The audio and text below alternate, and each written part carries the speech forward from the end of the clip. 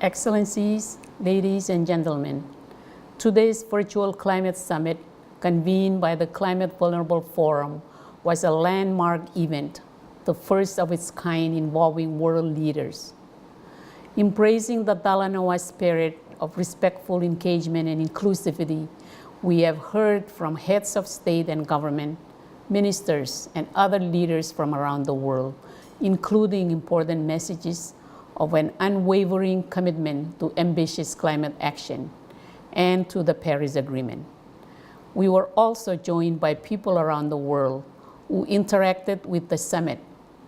To all of them, to all of you, we say comoltada. Thank you.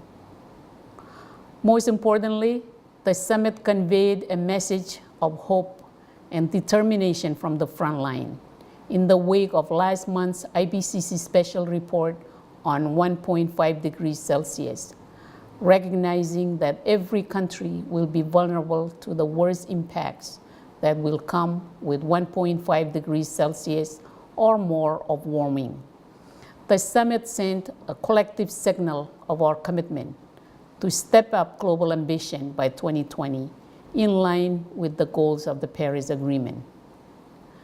Noting the Declaration for Ambition championed by a number of countries in June 2018 and recalling the Marrakesh vision adopted by the Climate Vulnerable Forum in 2016, a number of leaders emphasized the importance of additional short-term action before 2020 to reduce emissions, as well as the importance of delivering enhanced NDCs by 2020 and developing long-term decarbonization pathways with a net zero end date in line with the goals of the Paris Agreement.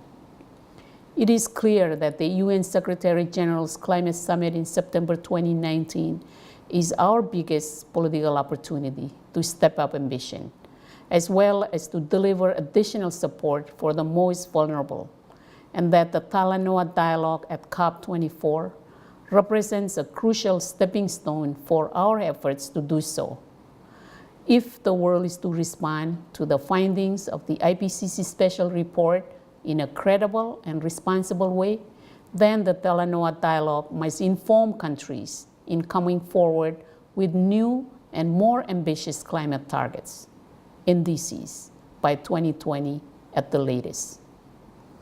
As the summit's broadcast reached every corner of the world throughout the course of the last day, we heard commitments from leaders to step up. This morning, the Marshall Islands stepped up by officially communicating a new and more ambitious nationally determined contribution to the UNFCCC, anchored in our recent 2050 strategy. In addition, we also launched the process to develop a national adaptation plan to be completed within the next year. Today, CVF countries also adopted an important set of technical outcomes in the Jumeirah Declaration, a copy of which is now available on the summit website. We now call on others to join us and to show solidarity with the most vulnerable. As the chair of the Climate Vulnerable Forum and also as the ongoing convener of the High Ambition Coalition, the Marshall Islands remain steadfast in its commitment to climate action and to championing additional initiatives to spur collective efforts and to collectively step up ambition. Excellencies, ladies and gentlemen, to all of you who have taken part in our summit and who have watched and interacted from every corner of the globe, I now look to all of you to take forward messages of hope and ambition. Staying within the 1.5 degrees temperature limit of the Paris Agreement is still possible. Adapting to the inevitable impacts of climate change is also possible, and both are essential. From the Pacific, I extend a warm and heartfelt comoltada to all of you. Thank you for joining us.